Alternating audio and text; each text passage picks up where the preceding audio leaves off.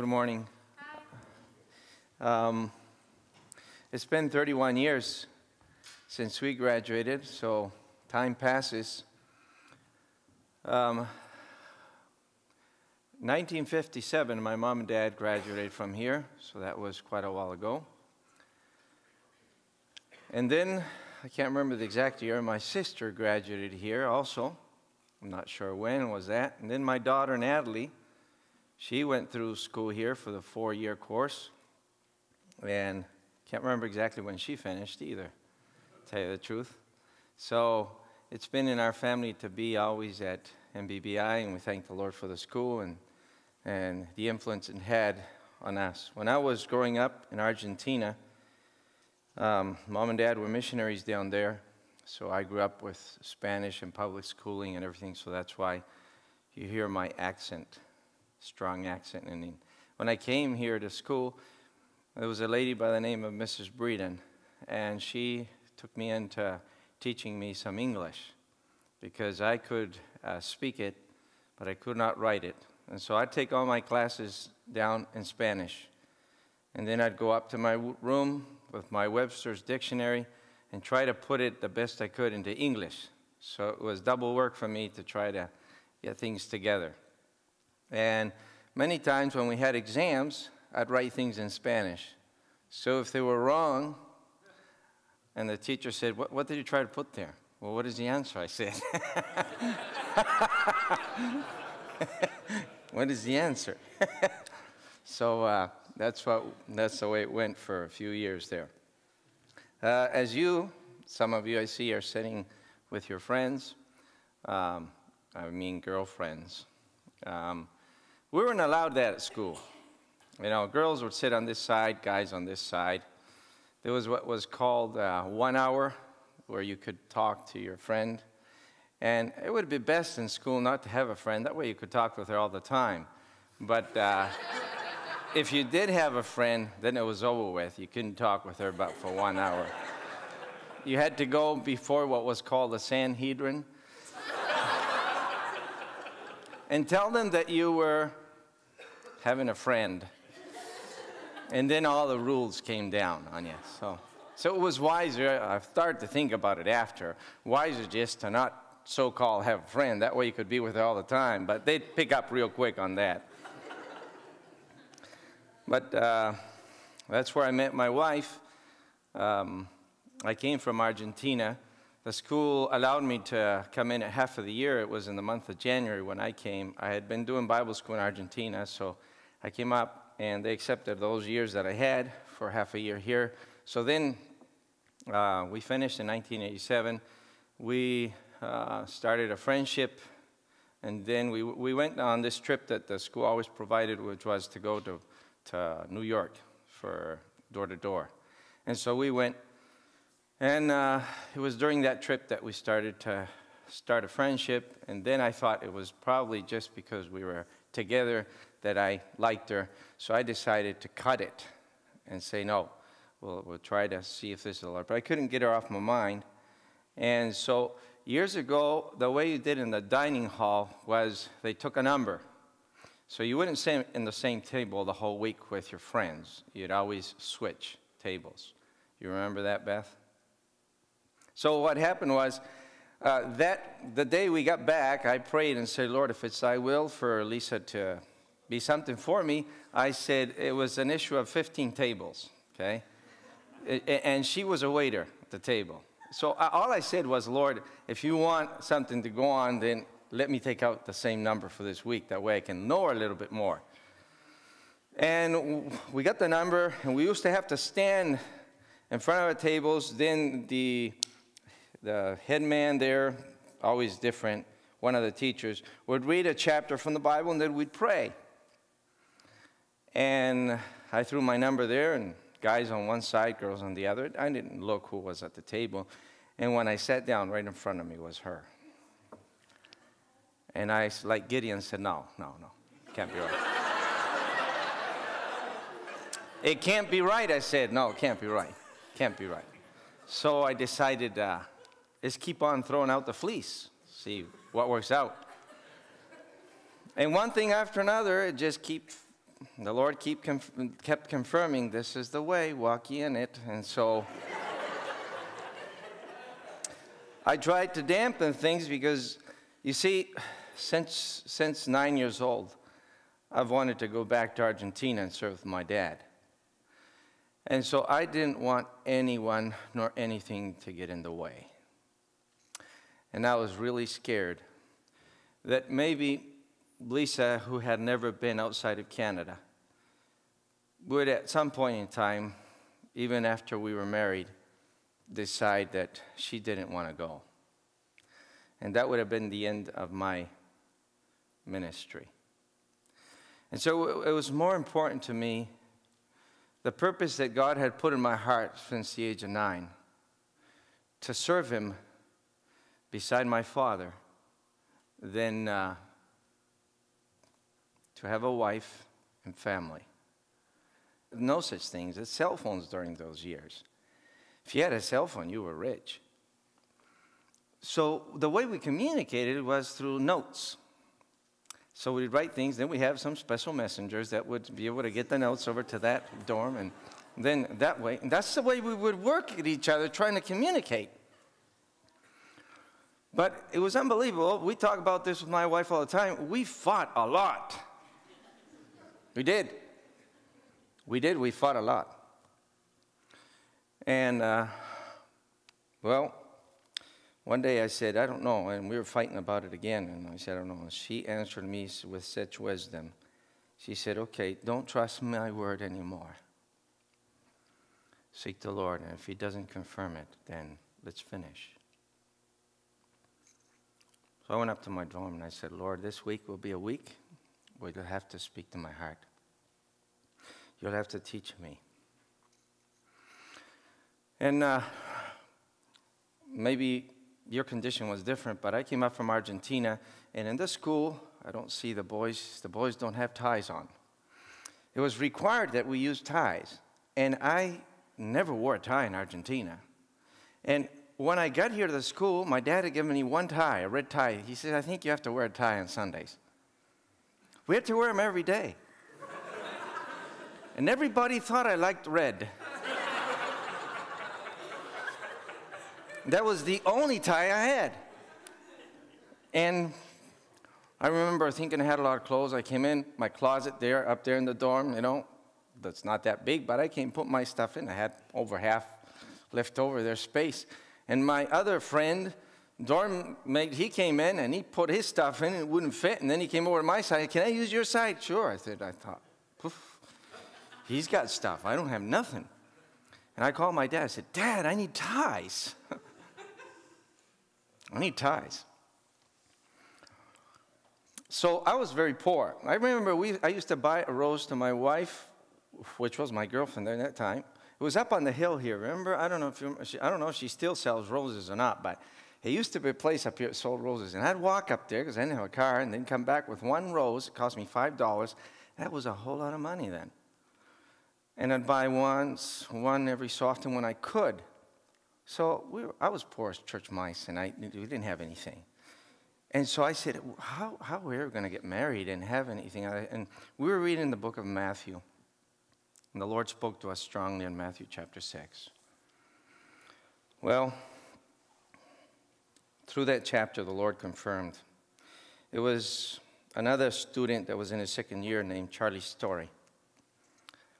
Pastor of some of you here. Charlie Story and I would go to Allagash, Maine to preach. He would preach there on Sundays. So he had asked me if I would do the Sunday school because he couldn't take the whole load. He had to speak 3 times on Sunday. So I started to preach and help him preach. And then the church there one day asked me if I would be their pastor. And I said, I am only here temporarily. I'm going back to Argentina. And so they said, well, how long? I said, a year. I said, that's good enough for us. Okay. I stayed 2.5 years in Allagash. But it was one day I went there one Sunday, and the deacons got together, and they looked at me and they said, what do you have? Stuff. I said, I don't have anything. Oh, they said, praise the Lord. I said, why is that? Well, he says, we have the house fully furnished. And we got everything. It's the pastor's house, and we don't know where to put the stuff if you got stuff. And I said, I don't have stuff. And so I came back, and I couldn't see her because it was Sunday night. But I made sure that I got her a note, you know what I mean, those messengers.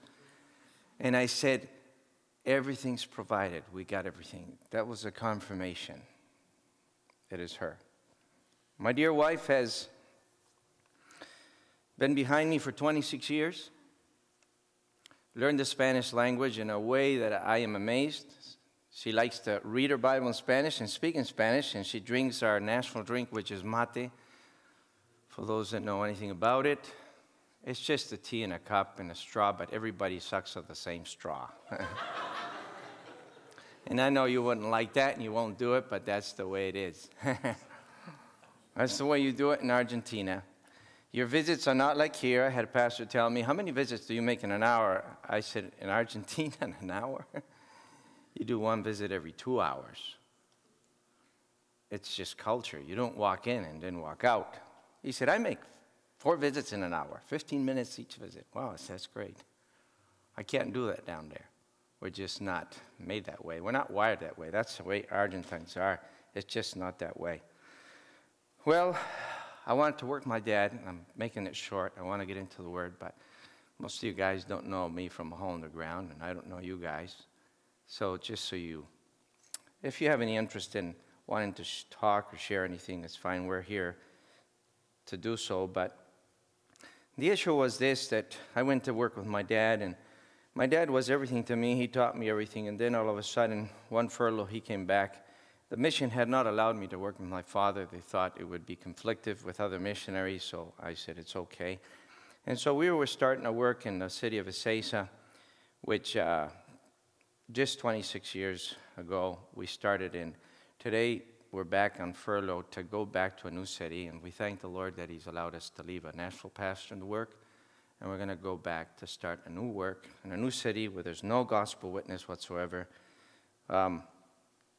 But during that time, my dad got very sick, and he got pancreatic cancer. And he was 62 years old, and he had been serving the Lord now for 37 years in Argentina. And Mom calls me up on Thursday and says, your father has been diagnosed with a tumor, but they're not sure where it is. So I went over. And I cried. See, my dad was much more than just my dad. He'd become my pastor, and he'd become my friend. And I said, is there any news? Is there anything from the Word? Is there anything that God has said to your heart that this is just passing and this is not your end? He said, I've had verses, Cole, but I don't know. I can't say. Well, make the story short, Dad flew to the States. They operated on him in Portland, Maine Medical Center. That is from Portland, originally. And the doctor came to us. We had flown to the States to be with him. The doctor came to us and said, he has the tumor wrapped around his portal vein that can't be operated on. An oncologist came in. It was a friend of Dad's who had gone to Sunday school with him and said, Ron, it's bad. I don't know, I can't tell you time, but 3 weeks, 3 months, maybe. He said, you have to get ready. Get your house in order. God's calling you home. So what I did not know, and what he did not know, is I decided to commit suicide. I got into a deep state of depression. All my days were spent looking at ways and forms of doing that. I'd become of no good to anybody, nor to my family, nor to my church. What I did not know is that my dad had decided to do the same thing. My father was a man that got up at 3 in the morning every day and was with the Lord till 7. Spent time in prayer and in the Word. He got very discouraged with this affliction. And so he did not tell my mom, but he said in his heart, I will just stop eating. Fake it that I don't have any desire to eat, and we'll just die away. When he decided that night he went to bed, nobody else knew but the Lord and him. He got up the next morning at 3 o'clock, and he'd always open one devotional that he'd read every morning, which was My Utmost for His Highest by Oswald Chambers. And he opened it up. And on the top, Dad had told me many times, this morning it was so precious. It felt like if I opened my eyes, I would have seen the Lord in the study. And he says, but he said, he wrote me an email, not knowing what I was going through, and he wrote me a phrase on top of the email, a verse that he read from 1 Kings. And what he read that morning, God never spoke to him before and after that way. And it said, arise and eat, for your journey is yet long.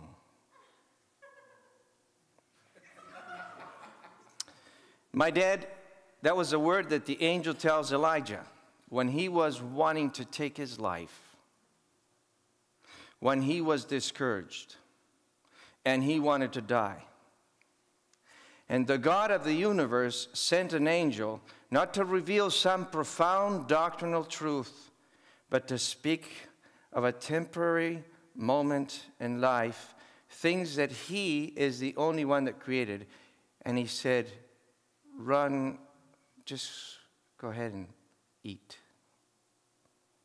That's the only thing that's important right now, for you to eat. Like Paul, when he's in the boat, he said, the angel of the Lord appeared to me this night, saying, no hair of anybody's head will be lost, therefore let's eat. Simple commandment. Nothing big, nothing profound, simply just get up and eat. Well, he wrote that to me, and instead of killing God, two birds with one stone, he gave life to Dad, and he gave life to me. And because I was renewed, that moment, that word was sufficient for me. Dad lived 1 year and 8 months. And when I got to his deathbed, I flew Thursday night. He called me up. I was sick. I was lying in bed. I had damaged my spinal, my back, lifting up something too heavy. It had caused an inflammation, and I couldn't walk, and I was getting injections, and my dad calls Thursday. He says, Cole, just wanted to say goodbye. I said, goodbye? Yeah, doctor says I have a couple days to live. So just wanted to say goodbye, and we'll see each other in glory. And I said, no, I'm going. No, you're not going. You're sick. Stay there. We'll see each other, Lord willing, in a few years. And I said, no, I'm going. So I had called a friend. He was a mechanic of United Airlines. He was an MK, and that stands for missionary kid. And he arranged for me to fly in business class for $100.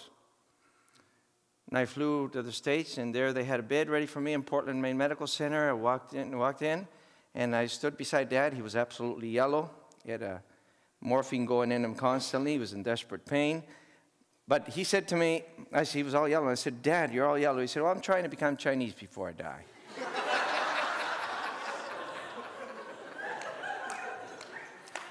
He was always full of humor, even though he was going. So I stood beside him like the Lord stood beside Solomon years ago and said, ask me what you will, and I'll give it to you.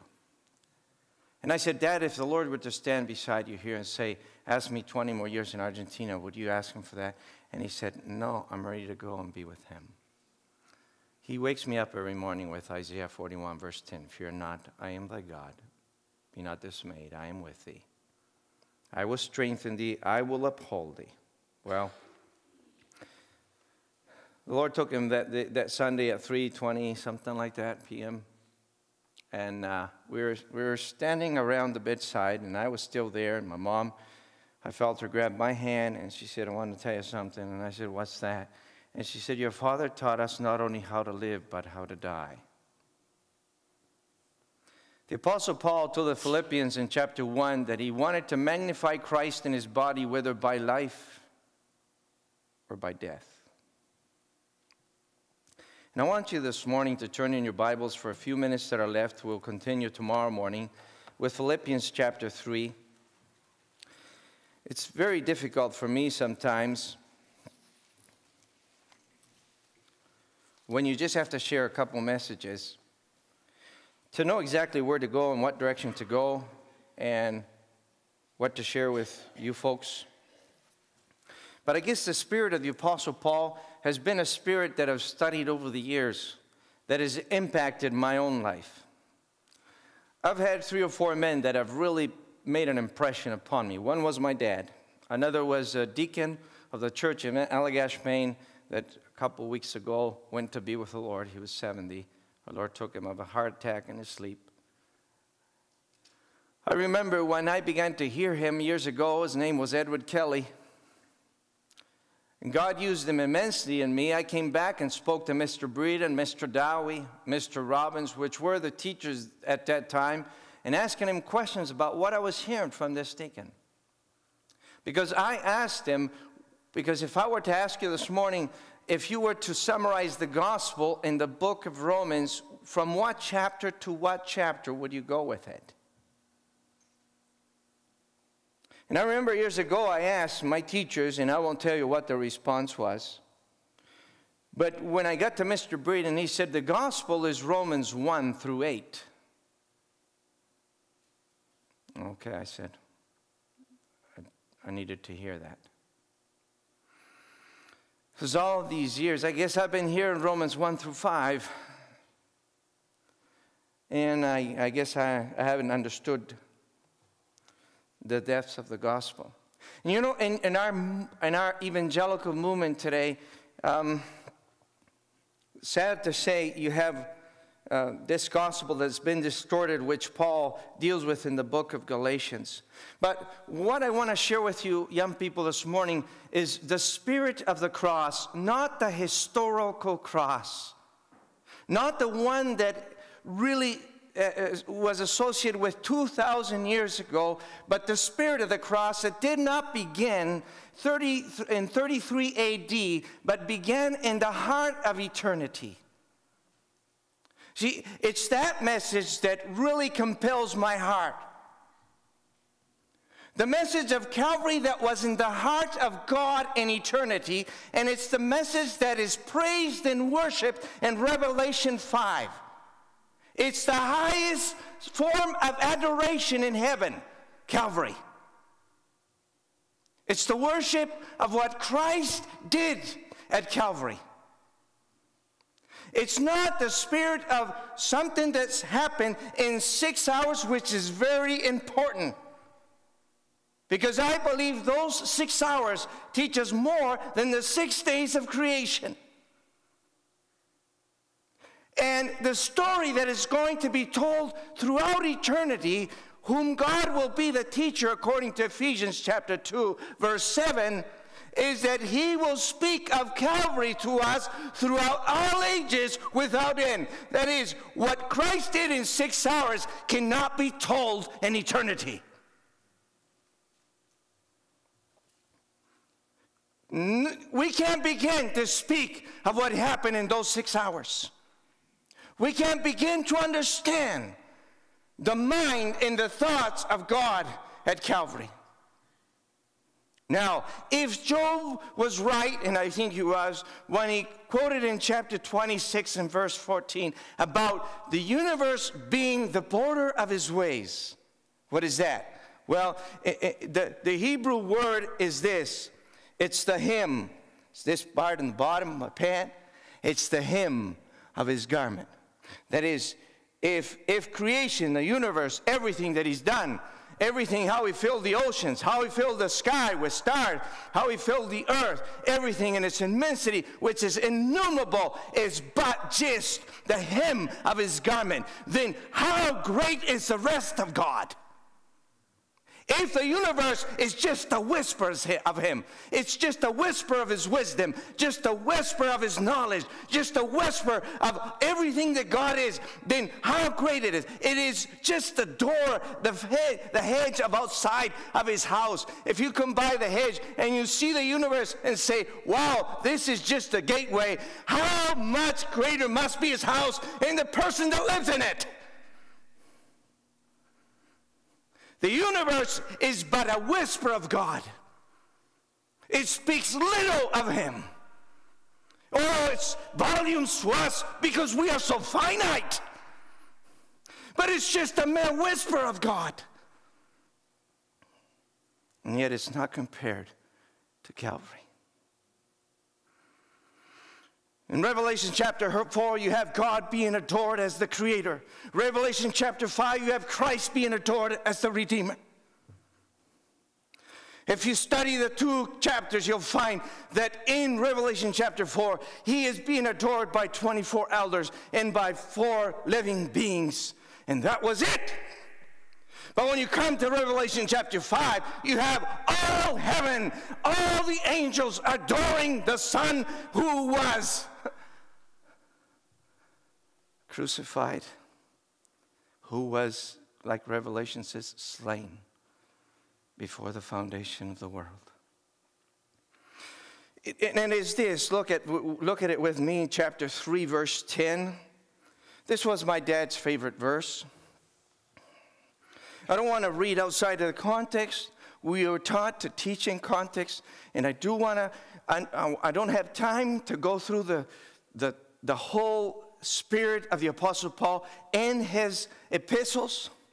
But if I was to ask you this morning, dear ones, real quickly, will you turn to the epistle of Christ? Where would you go this morning? To what book in the New Testament would you go? If I said, turn to the epistle of Christ, where would you go? I didn't say turn to the letters of Christ. The letters of Christ are those in Revelation chapter 2 and chapter 3. Specific letters of Christ to the 7 churches. If I were to say, turn to the epistle of Christ, then my brother here would have to look at his wife, and his wife at him. Because Paul said, ye are the epistles of Christ, known and read of all men. So if I were to ask you this morning, turn to the epistle of Christ, you should be able to turn to your neighbor beside you. And she or her or him would be able to turn to you beside you and see Christ in you as it is written in the scriptures. Now listen to me. Look at verse 10 just quickly. That I may know him. You remember that's a summary of part of his life. When he met Christ on the road to Damascus, I was amazed. The light shone and Paul was trembling and he said, who art thou, Lord? And the answer was, I am the God of heaven and earth. No, that wasn't the answer. The answer was, I am the omnipotent, omniscient, almighty God. No, that wasn't the answer. I am the creator of heaven and earth. No! I am the provider and sustainer of all things. No, he said, I am Jesus. That was his name of his humility. He was sitting on the throne of the universe with all power, but yet it hadn't gotten to his head. Because my God, his Son, is the humblest creature that we know of. He is the humblest of all beings, yet he's the highest of them all. And he says to him, I am Jesus, whom thou persecutest. Wait a minute. You're up there, I'm down here. How is it possible that I would be persecuting you? Oh, he was at that moment saying, you see, those whom you are persecuting are one with me. For as much as you've done it unto one of the least of these, you've done it unto me. You see, Christ in Calvary was not done suffering. He said, why do you persecute me? He was still suffering. I ask you this morning, young people, have you entered into his sufferings? He is still suffering today. Do you understand that? My Lord is suffering on the throne. He suffers every time you take your head and you despise one of your fellow neighbors and you call them by names, or you say something in your heart the Lord has to intercede and look at the disciples when they were despising Mary and say to them, leave her alone. Leave her alone. That I might know him. Notice verse 10. That I might know him. Well, Paul said, who art thou, Lord, and what wilt thou have me to do? That was the mark of his life. What will thou have me to do with service? Who art thou, Lord, is knowledge. He spent the rest of his life seeking to know the Lord, whom he found at the road to Damascus. And he spent the rest of his life seeking to serve him. It was, who art thou, and what wilt thou have me to do? Those two questions marked the life of the Apostle Paul. Who art thou, and what will you have me to do? Who art thou, that I might know him? What will you have me to do? Well, listen, dear ones. I've heard this a million times, and I'm done. I know the bell's going to ring. But look at me with me, verse 10. Warren Wiersbe said about this verse that it marks Mary's life. The first part was that I might know him. That's Luke chapter 10. He sat at his feet and heard his word.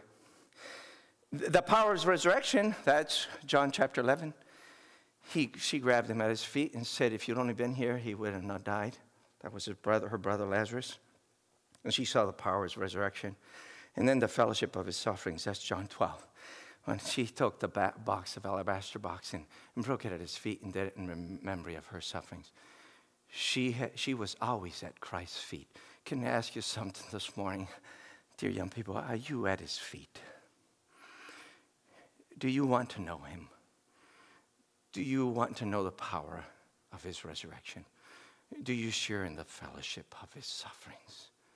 Do you know what it means to suffer for his sake? Do you know what it means to see the affliction, that he might see the affliction of his soul and be satisfied? Do you understand till the last soul is entered the kingdom, his heart is suffering? But notice with me, verse 10, the last phrase, being made conformable unto his death.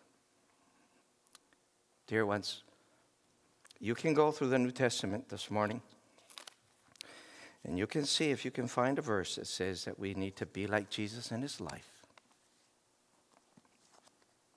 And you won't find it. Paul said, I want to be like Christ in his last 6 hours.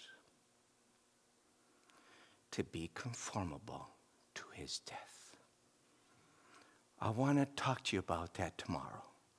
What it means to be conformable to his death. He didn't say, I want to be like him when he walked on the waters. I don't want to be like him like when he healed the sick or made the blind to see or caused the deaf to hear. No, I want to be like him in his death, when he was stripped of his glory, when he was ashamed, when he was, let me tell you, I wrote them down. I don't know how many of you read the book of the Puritan prayers, but if you don't have it, I could encourage you to get it. It's called the Valley Vision. In the Valley Vision, one of the prayers is this, the exchange. He was made a transgressor, a curse, a sin for me. The infinite attributes of God were magnified, and the infinite punishment was due and endured. There was a conversation, John Flavel says, in heaven, and that spirit of intercession was in the Son. And he said, I'll take their place. And the Father looked at the Son and said, well, if you're going to take their place, then you have to pay every single debt. I will not spare you. You will have to pay everything in full, and my wrath will be poured upon you as if you were the same as them. At which Christ responds, I will. He took all language that I might be all joy. Christ was cast off that I might be received. He was trodden down as an enemy that I might be welcomed in the presence of God. He surrendered to hell's worst that I might receive heaven's best. He was stripped that I might be clothed. He was wounded that I might be healed. He was athirst that I might drink and never, never again thirst. He was tormented that I might be comforted. He was made ashamed that I might stand boldly. He entered the darkest and deepest darkness that I might enter the eternal light. He wept that all tears might be wiped away from my eyes. He groaned and agonized that I might have an endless song. He endured all pain that I might have eternal health. He bore a thorn of crowns that you and I might bore a glory of diadem. He bowed his head at Calvary that your head might be lifted up eternally. He experienced reproach that you might be praised of God. He closed his eyes in death that you might have them open in life. He was not spared that you might be spared forever. He inverted the cup of suffering. He inverted the cup of wrath at Calvary. He inverted it this way. He said, it is finished. There was not a single drop of wrath, not a single drop of condemnation left for you and me. He had drank it all up himself to be made like him in his death. The Lord bless you guys.